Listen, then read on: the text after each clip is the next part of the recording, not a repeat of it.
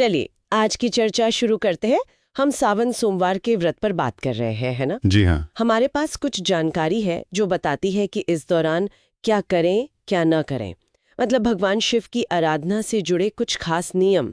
और ये किसी ज्योतिष या चैनल की सलाह नहीं है, बल्कि ये सिर्फ उन नियमों पर आधारित है जो इस व्रत के दौरान माने जाते हैं, ऐसा कहा जाता है।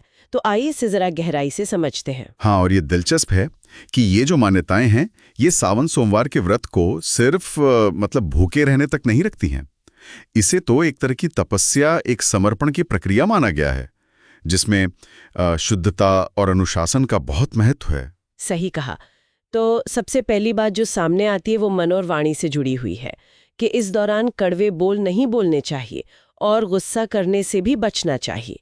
ये थोड़ा सोचने वाली बात है ना? उपवास में गुस्से का क्या काम? ये असल में देखिए बाहरी शुद्धता के साथ साथ मन की शांति पर भी जोर देता है। हिंदू मान्यताओं में अक्सर ये होता है कि गुस्सा या कठोर शब्द वो हमारी अंदरूनी शांति को भंग करते हैं, जो शायद व्रत का जो मुख्य उद्देश्य है मन को ईश्वर की तरफ लगाना, उसके बिल्कुल उलट जाता है। हाँ। तो हाँ, ये सिर्फ शरीर का नहीं, मन का भी उपवास है एक तरह से। अच्छा, यानी मन की शांति पहली सीढ़ी हुई। इसके बाद हाँ, खान पान पर भी कुछ नियम है। जानकारी के मुताबिक मांस मदिरा तो खैर दूर की बात है, प्याज लहसुन जैसा जो तामसिक खाना होता है उससे भी परहेज करने को कहा गया है। हाँ बिल्कुल, पारंपरिक हिंदू मान्यताओं में ऐसी चीजों को आध्यात्मिक साधना के लिए अक्सर ठीक नहीं माना जाता। कहते हैं कि ये शरीर और मन में एक तरह की उत्तेजनाएं या भारीपन ला सकते हैं, जो ध्यान या भक्ति में रुकावट बन सकता है। इसीलिए सात्विक भोजन पर ज्यादा जोर रहता है। समझ गए। तो मन और भोजन के बाद कुछ शारीरिक कामों पर भी रोक है, जैसे बाल या नाखून काटना ये मना है, और यहाँ तक कि आलस करना या ज्यादा सोना भी ठीक नहीं माना गया है। ये थोड़ा अजीब नहीं लगता? देखिए, ये नियम शायद अनुशासन पर जोर देते हैं और शरीर के प्रति एक खास तरह की जागरूकता बनाए रखने पर। मतलब व्रत सिर्फ खाने पीने का संयम नहीं है। हाँ, मतलब पूरी दिनचर्या को साधना बनाना। बिल्कुल, पूरी दिनचर्या को ही एक साधना का रूप देने की कोशिश है इसमें। और आलस से बचना वो शायद शरीर और मन को सजग, मतलब एक्टिव रखने का तरीका हो। और एक और अनोखी बात है इसमें, नहाते समय साबुन, परफ्यूम या कोई भी केमिकल वाली चीज उसका इस्तेमाल ना करने की सलाह दी गई है। हाँ। अब इसका क्या तर्क हो सकता है? ये शायद प्राकृतिक अवस्था और सादगी पर जोर देने जैसा है। बाहरी जो बनावटी खुशबू हैं या चीजें हैं उनसे दूर रहकर भक्त शायद अपनी अंदरूनी चेतना पर ज्यादा ध्यान लगा सकें।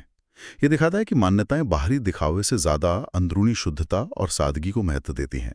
जोर इस बात पर है कि इस दिन का हर काम अगर वो प्रेम, शुद्धता और नियम से किया जाए तो वो खुद शिव की उपासना बन जाता है।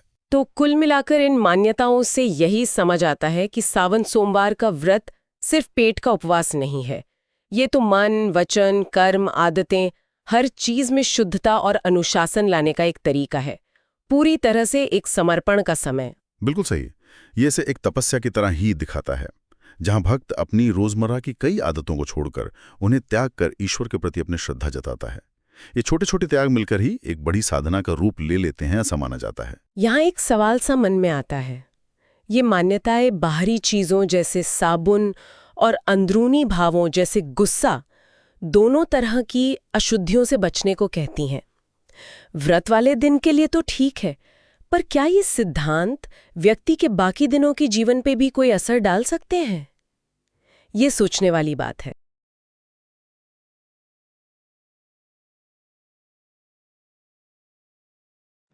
आपका साथ हमें प्रेरणा देता है। वीडियो पसंद आए तो लाइक करें और चैनल को सब्सक्राइब करें ताकि आपकी शुभता हमारे साथ बनी रहे। धन्यवाद।